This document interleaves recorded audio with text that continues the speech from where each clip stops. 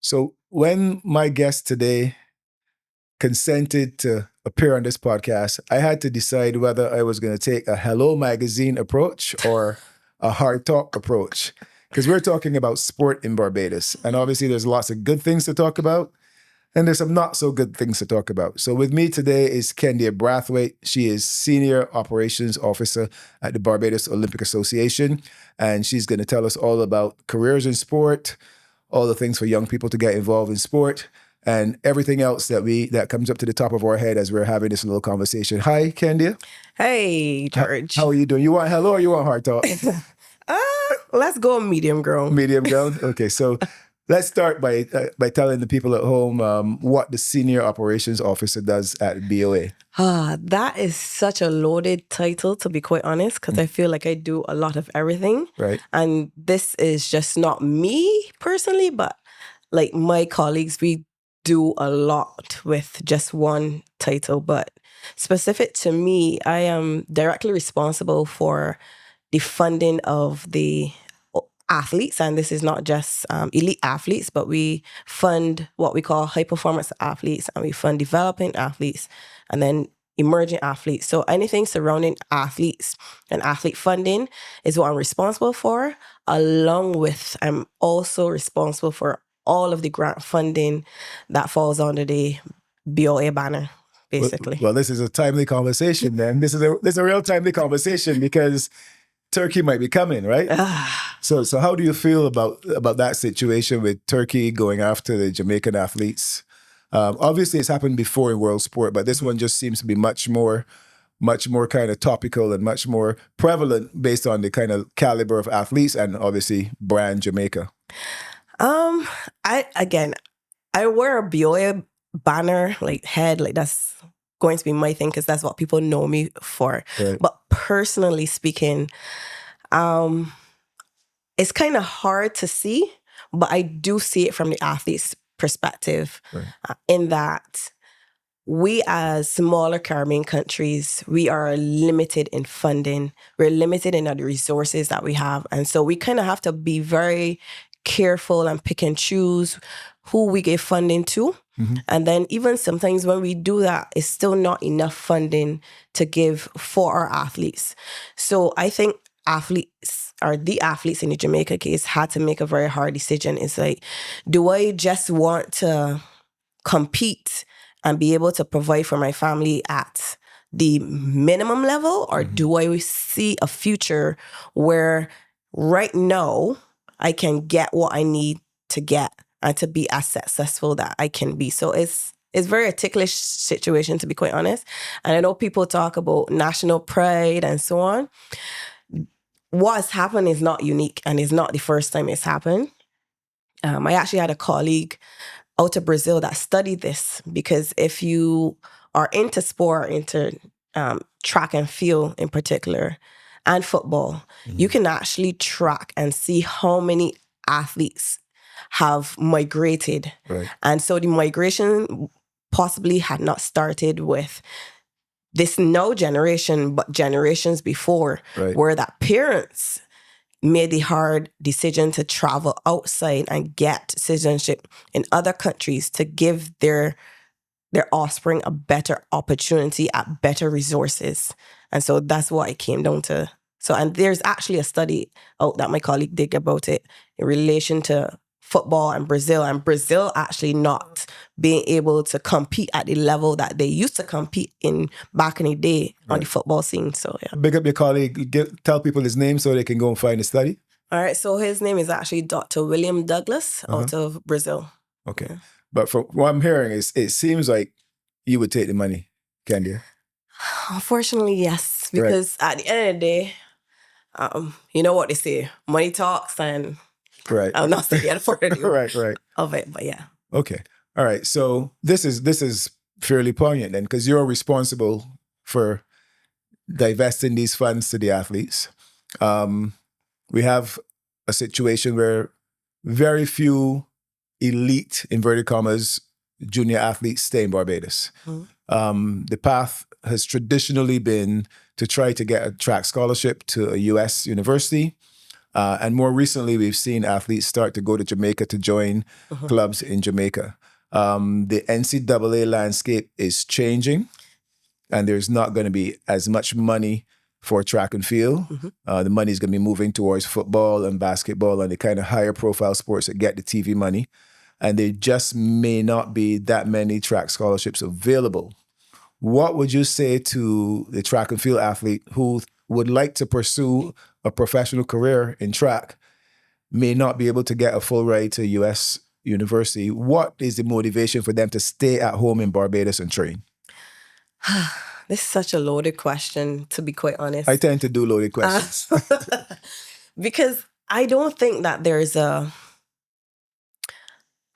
clean, straight answer without appealing to the public and appealing to corporate Barbados to get involved and appealing to the government to get involved. Because without better facilities, it's kind of like, I don't want to say impossible. It is possible, but it will present challenges. Because in talking with a few of our funded athletes and hearing from them, yes, the facilities is one, but the other thing is that we don't have a lot of athletes training at such a high level to have a good core group of them to stay here. Right. Iron sharpens iron. Exactly. Right. So the groups, a lot of them are a part of in the US and Jamaica that they're training with, and this is specific to track. There are other world-class athletes training in these camps. Right. And as you said, iron sharpens iron. So if they're going to stay here, they have to ensure that they have the correct people around them. They have competitors, not only competitors, but those same people that will sharpen them to get better. So saying it's a loaded question. It is, you have facilities over here, but then you need all the supporting infrastructure. And when I say infrastructure, it is not just the equipment and stuff, but the support team that's needed along with the right competitors and training partners. So well, obviously I want to get on to other sports as well, but track and field is my thing. Yeah. Because when you look at the Jamaican training camps, you would imagine that they're the highest level facility with all the technology all around them, with cameras and timing gates and everything. But really, as a fella staying up on a chair with a stopwatch in your hand, often training on grass.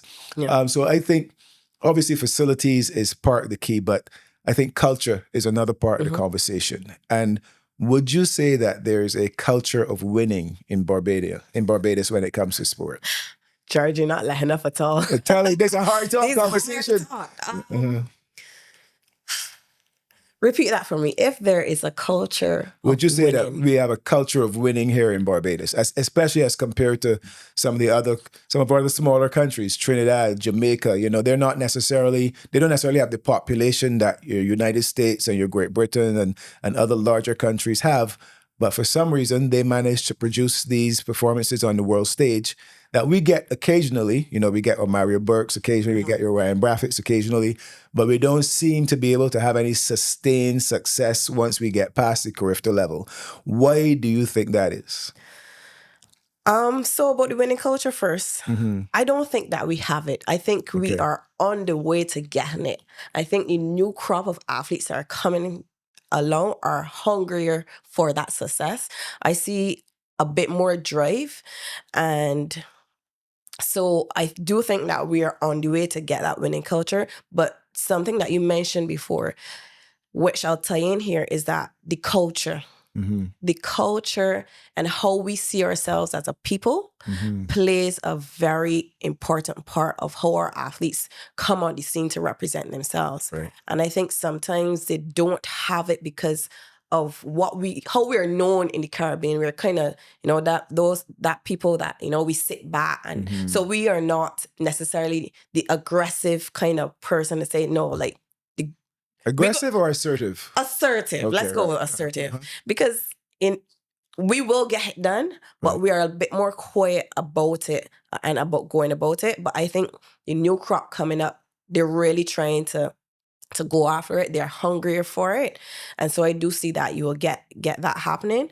Going back to what you said about We don't have the fancy stuff. Mm-hmm. So we know it can happen. So it'll be interesting to see in the near future. I do know that they've been putting in work. Mm-hmm. So I do think that in the near future, we will have that winning spirit for sure. Okay. All right. So I want to give one of our colleagues, friends, supporters a little bit of shine here and talk about something that we're both working on together, which is Youth Project Podium. Tell us in your words what Youth Project Podium is all about. Youth Project Podium is my little baby that we were finally able to get off the ground. Mm-hmm. It is a project for young athletes between the ages of 16 to 23. Mm-hmm. And we say 23, but we actually have athletes that are younger than that. So between 16 to 20, more kind of capture it better for this cohort and the pilot. But it is a pilot project where we are hoping to harness the talents of athletes, and we are engaging them holistically. We're providing for them holistically through nutrition, strength and conditioning, getting them tested, as well as seeing a sports medicine doctor, podiatrist, physio, mental skills. So it's a holistic program that we've rolled out at the BOA as a pilot, just 19 athletes, to be able to eventually have this as the benchmark for our national federations to say, hey, we're creating a pipeline, help us feed the pipeline, and hopefully at the end of the day, when we, couple years down the line, we have more athletes reaching the elite level. So yeah. What do you need to make it continue to grow and to flourish? Of course, money. Right. Of course, money. It is. I was setting that one up for you so you can knock out the park. Of course, money. Without saying anything else, money for sure. It's a huge undertaking because these things add up for sure. And when we say that we're covering athletes, mental skills, strength and conditioning, all the areas I mentioned before, it is not just putting on workshops and having them come and sit down, but it is actually applied sports science behind these areas. Right. So it's actually the strength and conditioning coaches doing assessments, having conversations with their individual coaches. What does the athlete need to do better? How can we assist that? How can we facilitate that? So all of these people that are part of the program are giving these athletes a better opportunity, but obviously these persons also need to be paid. Correct. So we're not only paying those individuals, and this is a little nugget in there too to say we have the expertise in Barbados. We have the expertise because every single sport professional that is a part of this program are Barbadian. They do live here, and they are stalwarts in their fields and they're good at what they do. But we've just brought it all together. So on top of providing these sport professionals to help guide in these areas and be a resource for the athlete and their coach, is also providing the correct footwear, providing assistance with nutrition. So making sure that they know how to fuel correctly before, after, and during their training sessions, when they're at competition. It's just like a real nice rounded approach as much as we can do, and the funds go directly to do that. And I'm so happy to say that we're starting to see the benefits of that from these 19 athletes.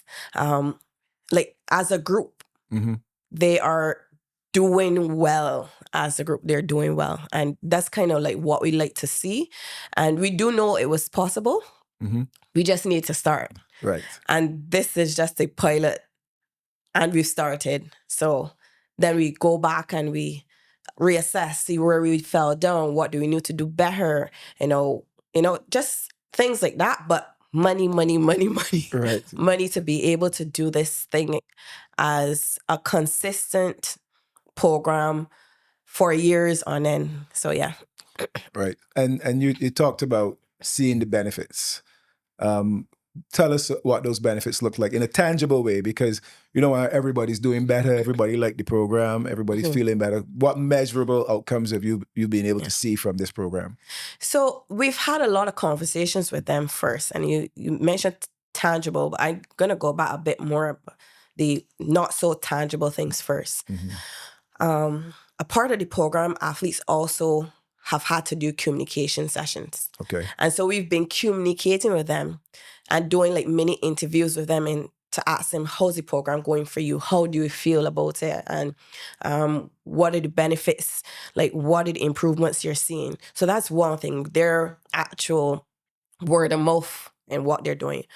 But we've started to have feedback from coaches to say, hey, this athlete is faster. Their reaction time is faster. Okay. We see the faster reaction time. The athlete is stronger because we are testing that. Right. We're testing that. So if their VO2 max are increasing, if they're stronger, so stuff like that. So you can actually see the numbers. But then on top of that, we're actually having athletes. I've had a coach actually tell me, like, I'm not seeing necessarily numbers in terms of longer distances or faster times, but he's seen the athlete be able to communicate better. Right. And this communication in conjunction with mental skills that they're learning has gone hand in hand, because he's told me, no, he doesn't have to worry about the athlete's emotions. Okay. He doesn't have to try to coddle the emotions. He gets to focus on coaching. Right. Because the athlete knows how to handle their emotions. They've been given the tools. They've been testing the tools. Right. And they've been doing it. So we're now just concentrating at this point, because this is just 6 months into it. At this point, we're now just concentrating on executing to get better performances and get better training sessions with the athletes, because they don't no longer have to worry about their mental side, because they know how to cue themselves. They know how to respond to stimulus. They know how to respond to the crowd around them, because these are all things that they work on. How to respond to competitors, like how to keep themselves calm and collected. So, yeah. So we're developing the athlete as a competitor, and we're also making sure we develop them as a better person as well, overall. Definitely. So this isn't just track and field, though. You have some other sports involved. It's not track and field. We have 4 sports on this pilot. So we have, as you said, track and field. We have wrestling. We have judo, and we have tennis. Right. So those 4 sports, and hopefully, as I said, this is a pilot. Once we can we've used this as a tester and figure out what do we need to tweak, reassess it where we're at, then we can start saying, let's have a program for all of our 39 federations that the BO is responsible for. Right. So this might be a hard talk question. Have there been any other kind of questions, George? So we have 39 federations, and obviously there's limited resources, right? Obviously, we now know that we're on track to have a brand new national stadium. We see another facility being built in the environs of the gymnasium, and we hear that there's another one going in the north. But coming out of COVID, when there was a necessity to feed people, where there was a necessity to make sure people had proper health care, we had to put some of those things on the back burner. Before we ramp up on the track, we got to make sure that people are healthy, that they can put food on the tables, and so on and so forth. But now that things have started to level out a little bit, we still, obviously, money is still always short. With 39 federations, if you had to choose a few of those federations and say, listen, this is where the best bang for the buck is. If I'm trying to plot a path from athlete, talent recognition, talent development to the international stage where someone has the opportunity, potential to medal or even make a major global final, which 5 sports, Kendia, are you putting all your money in? And we ain't upset. We ain't about upsetting nobody, because we know that sport is more than just medaling. It's about people development, especially for youth development. But when we talk about getting to the international stage and actually bringing Barbados to global recognition by medaling or being in the final, which 5 sports should we spend all the money on? I have to answer this question and take off my hat. Right. Because I'm so wary of being quoted Right. by saying the BOA says Right. XYZ. Right. This is Kendia Right. saying what she has to say. Kendia, guys, take that as Kendia, Right. not the BOA. We can put it on the screen. Right? Kendia, not the BOA. Right. Right. So for sure, track Right. and field has always been that sport that gets us to the world scene, but not only gets us there, they've always medaled. Right. They've always showed up for Barbados at multi-sport games. They've always showed up at world championships. And we see that Sade, Shane, Ryan, Oba, like these athletes are consistent track and field, we can guarantee for sure. So with track, I also put swimming there because swimming is another sport that we've been to the Olympics and been just one short of the medal podium through Leah Martindale. Right. So we can't leave out swimming for sure. A up and coming sport in Barbados would have to be wrestling. Okay. All right. And Shout out to Yaima. Shout out to Yaima. I was going to put that there because wrestling seen the growth, and particularly Yaima's athletes and a few other athletes from the other clubs as well have been doing well, but not just doing well. They've been consistent over the years, and you see the trajectory and the pathway that they've set and outlined for their athletes to meet the levels that they're at, and not only just meet them, but medal or be just short of the podium. Right. So I'll put that there. So that's 3. Let's see, what other sport? Another up and coming sport would be triathlon. They've done so much development, and they continue to do very well run federation. They've been doing a lot of work in terms of development of the sport, and they're now starting to see the benefits of it because they're medaling and being dominant at Carifta. And I think that's the first step. Absolutely. You know, dominate the region, and then dominate the continent, and then go to the Olympic level. And you've seen that now, not just in Matthew rising to the Olympic level, but we've had Jason Wilson before. So you know it's possible. So they've know that they've kind of have the blueprint of how do we get repeat performances and get athletes to the Olympic level. I think they've now gotten the pathway down pat. And they're building the base. Like the true pyramid system that we talk about in sport. Have a wide base of participants, a wide base of competitors. And then as people drop off and they age, you get one at the top. So that's 4. Oh boy, all the federations listening now. Everybody's just like wondering. So the 5th one is very hard. I feel like it's a toss up, to be quite honest. I have one in mind, but I can wait for you. It's a toss up. So I feel like, can I do like half, like? Go on. I'm gonna let you hedge. Go ahead. And I'm going based on who are currently the top elite athletes that the BOA fund. So they come from one of these sports, right? The other one that I would have to put there, and this is slash, would have to be cycling and squash. Cycling and squash. And I said more so, I'm going to actually say more so squash than anything else, because they've started to do what triathlon is doing in terms of building a good base of athletes. And there's so many, but for them, I know that they're in the Olympics, on the Olympic program for 2028 LA. You start to see the trajectory that the sport is taking. Because they're now a sport who have dominated in the Caribbean region repeatedly for over the last 5 years, making the podium not only individually but as a team. And they've just started now to reach the podium on the continental level. Because squash actually, what most people don't know, squash actually is the only sport that medaled for Barbados at the last edition of the Pan American Games.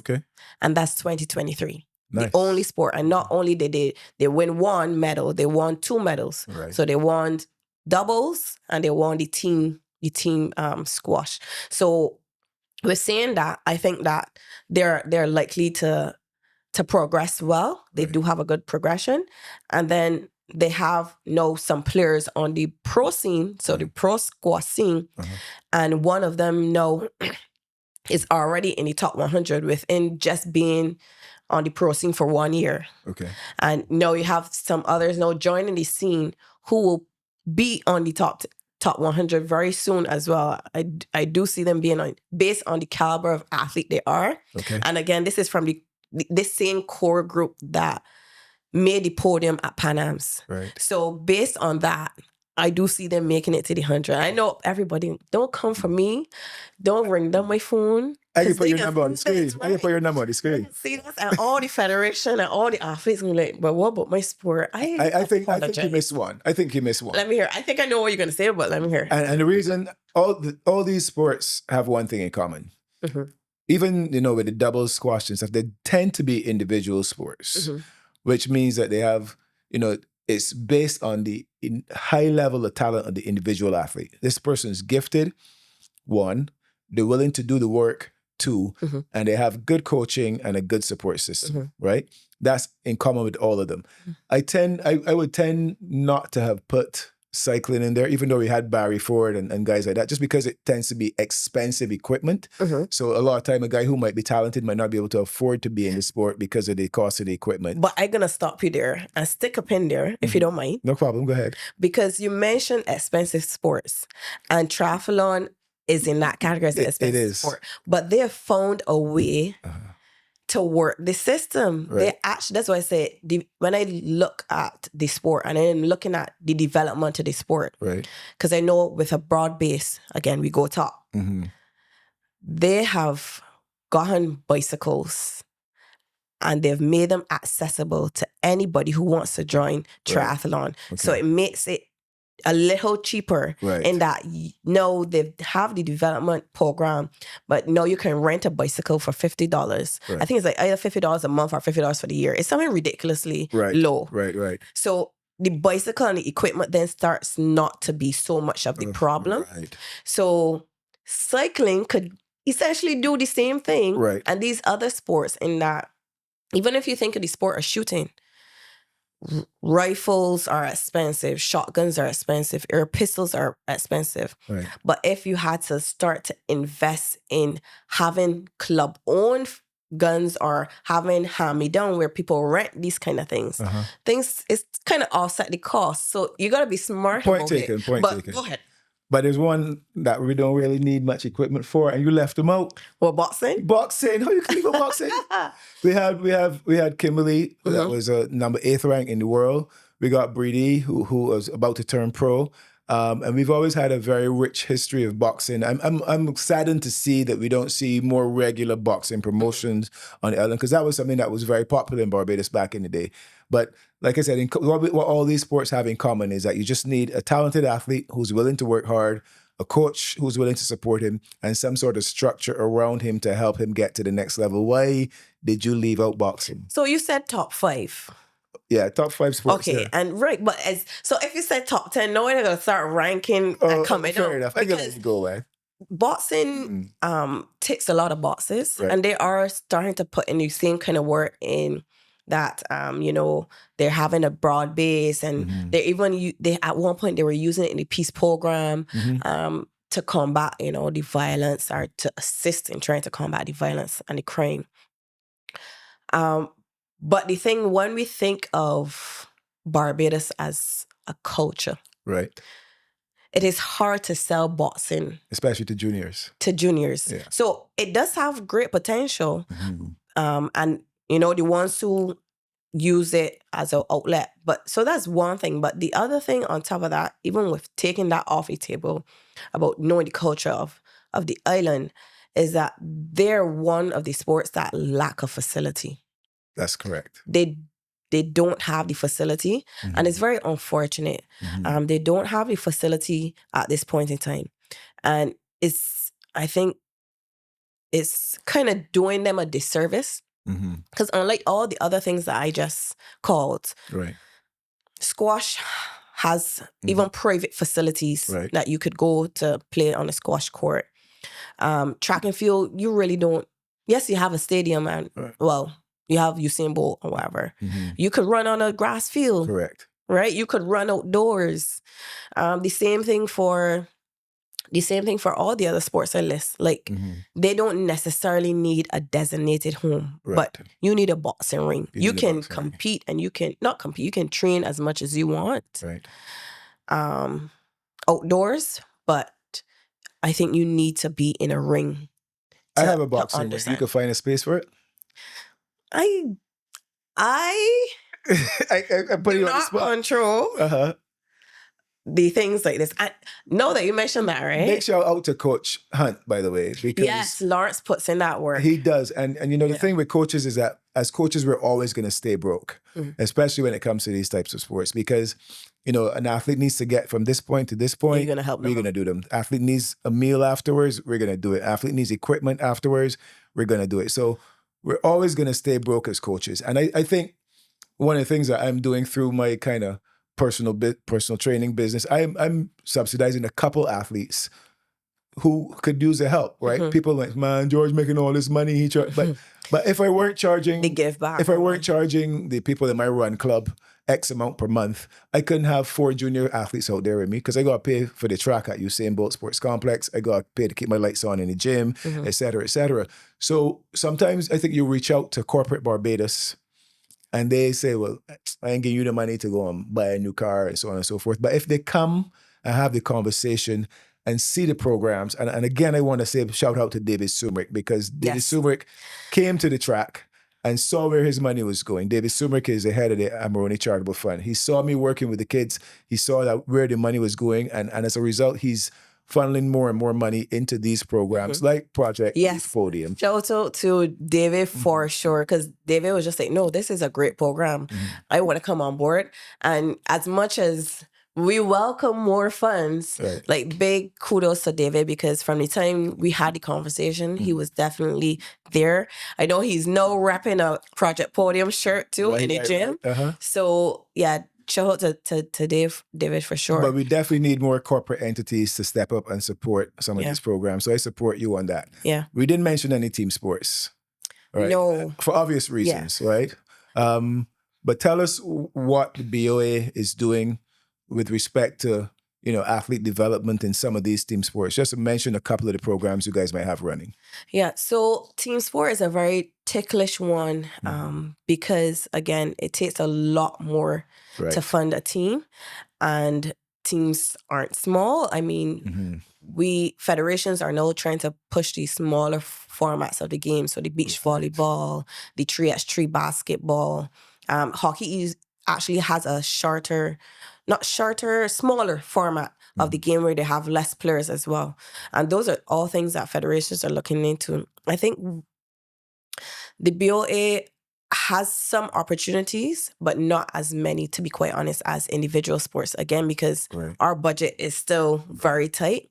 But we do, through our affiliation and our continental body and international body, we are able to provide what we call a team support grant. But again, it can't go for every possible team. But we do provide support. And I know we mentioned team, but across the board, when we talk about our federations, the BOA actually provides administrative funding support to every single one of our federations on an annual basis. So right back down from track and field down to a sport that much people don't talk about, Wushu Tai Chi.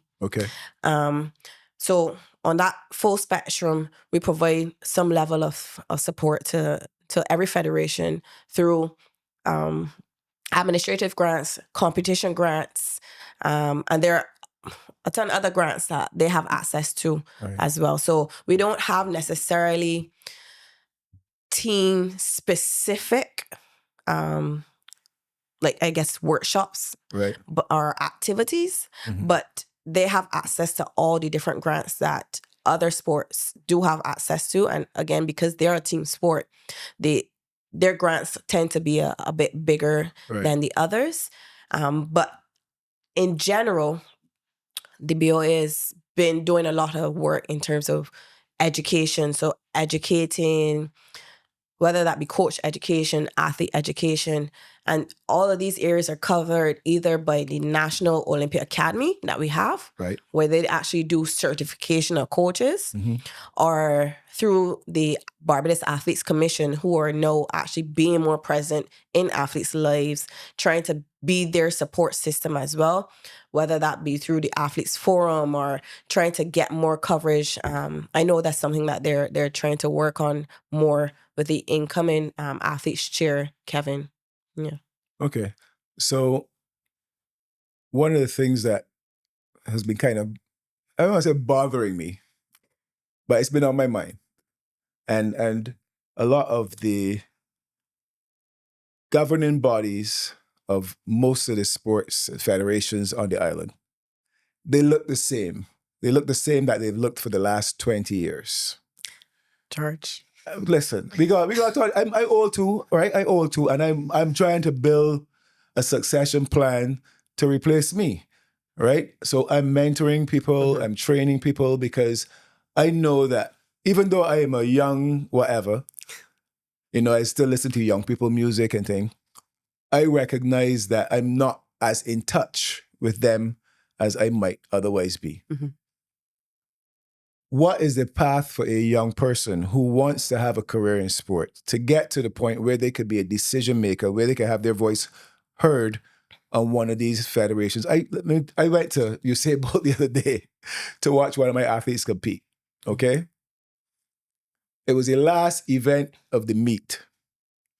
And there was somebody there saying, taking $10 from the people who were coming in to watch the meet. The boy was watching the events on the track, and the man ran so fast back to this chair to get my $10. Right? I was like, man, only $10, man. You can only $10. But every time I go there to one of these meets, the people all, and when I tell you the people all, these are the people who were in these places when I was at school competing in track and field. So how are we going to get young people onto, and the reason I'm asking this question is we have to look at what Aaron Spencer has just done. Aaron Spencer has just, with his father, pulled off an amazing event. Now, I'm not saying that if we had to wait for the people in those positions to make that happen, that it would have never happened. But if we had to wait for them people to make it happen, it would have never happened. So I'm a young person. I want to have a career in sport management, sport administration, but I am frustrated at every point because my voice can't be heard because the old heads shouting me down. What is your advice to them? Before I say what I'm going to say. And this is me. This is 10 Day talking. This is my opinion. So when it can come from me, go on now. Well, you saying that, right? But everybody knows where I work, right? But before I say what I'm going to say, I'm just going to turn to the camera, wherever the camera is. I don't even know which one to look at. And this is an inside joke. I'm not going to say it, but my friends that went to UE with me, did sports science, know that we had numerous conversations in our sports science class about this exact thing and what we would do if it was us. And that's a joke for them. When they watch this back, they will laugh because they know what I'm talking about. But to give you the politically correct answer. Oh boy. Go on. I'm just joking. All right. To be quite honest, I think more opportunities need to be given. Like sometimes the older ones need to kind of step aside, hear out the younger ones, and then see how you can mesh it to what is currently there. Because it's not always a takeover that is needed. Just a seat at the table? A seat at the table to be heard, and not just be heard, but to be open-minded to the ideas that are coming. And in the hopes that you don't necessarily need to take the entire idea, but see how you can take what is good of the idea and tweak it. No, that's one part of the answer. The other part would be what I would say to the young people themselves, because that was to the sport administrators. To the young people who want to be a part of sport in general, be patient. And I think that's something I had to learn too. We come out, we're hot, sweaty, bothered by every little thing and frustrated because you have this brilliant idea, nobody's listening, and you think that everybody should listen, this buddy thing, and it's a whole thing. But be patient. And I think not only in this field, this is something for life in general. Like, it takes time to get to where people are at. So the people who are up top there, Right. there are a few who would they just got it and they just got the position, and but there are people that had to take time to learn and develop and get to where they're at. So it is about learning the culture of sport in Barbados, learning the culture of the organization that you want to be a part of, and then see how you can move to be strategic and to align yourself with people that you can get the job done and get the ideas that you want happen. So then you could, we get success, but I don't think it's going to be an overnight thing. In most cases, I applaud Aaron for sure. I applaud him, but it's not going to be an overnight thing. There are going to be cases that, you're going to be able to pull off grand events. Right. Don't get me. That will happen. Right. And I do love to see it happening. And I love the fact that people rallied around it because we know what is possible in Barbados and in the sporting landscape. But if you want to be in a sport organization, just know that you just can't come in and change it, because it's like, take it like you are young and you're trying to teach your parent how to do something on the phone, and it's very annoying and they're not getting it. And so it's just push and pull. And I'll make this one reference, and if my father ever watches this, when we were growing up, we had a computer, and he was just like, you're always on this computer. Like, you could do something else, like get a book and read, right? So he never understood it. So it's like you're bringing something new, a different flavor, a different way of doing things into an environment that's not necessarily ready for it. Okay. So it's always going to be some sort of hesitancy. It's always going to be a push and pull. There's always going to be something there that's going to be an obstacle that may hinder you from getting the answer that you want to get right away. So my thing is, you gotta finesse it. You gotta work it. You have to work it. That's the second time I heard that word for the day, boy. Finesse it. It's not ideal, but this is the culture and this is the country that we live in. So that's just the nature of things. Okay, you got 2 minutes to say anything at all you want to the public out there who's listening. What are you going to say to them? So I'm going to put a plug here, because this is something that we always have to say, as people might want to come for us in the comment section. The Barbados Olympic Association, it is not a government association. It is not a government entity. So please do not come for us when you're talking about facilities and the management of sport. So we just like to get that out there. That's one.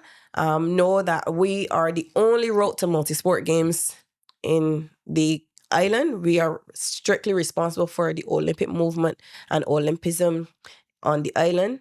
And that looks like various games, from Caribbean games to Caribbean K-Not games to Central American Caribbean games, Pan Am sports, Pan Am games, Olympic games, IOC, where the IOC is at. And even Commonwealth, and that's another thing that people don't know. We one organization, but we wear two hats. We're the Barbados Olympic Association, and then we're also the Barbados Commonwealth Games Association. So that's one little nugget. And please, if you would love to see your money good to good use, we welcome private and corporate Barbados to get involved. We have just about 60 funded athletes this year under the BOA's banner. And of course, we know the inflation is happening, it's real, cost of living is high. So to fly athletes and to give them funding to make sure that they reach games and so on, it takes a lot. So from athletes right from Sade Williams, in the past, we have Shane Brathwaite. Mario. We have Mario. We have Jonathan. We have Rasheen. Like, I can list all the athletes. Chelsea Tuak. Of course. We have Amber Jose from cycling. There's so many athletes now and in the past that we've funded. Tia Dana, Tristan Evelyn, that I think majority of the Barbadian public are unaware that we have put so much funding into athletes, and all thanks to the Barbados Lottery. And so we can actually see where our funds go. And so if you give, you will actually be able to see where our funds go, and it is not private, it's public knowledge. Right. Our annual report books are posted on our website, which is olympic.org.bb. So you can find it there. If you don't know where the funds go, it is all there. We don't hide anything. Right. And just about $5 million annually, we spend towards sport and towards athletes on an annual basis. So that's it. Okay. Well, thank you very much, Kenya. It's really been fun and enlightening. So we hope that this call helps you to gain some additional funding, and we commend you on what you're doing with Future for Athlete Development in Barbados. Appreciate it. And just so you know, this was not fun questions. They were hard questions. They got to be hard sometimes. Good. Thank you. Thanks, George.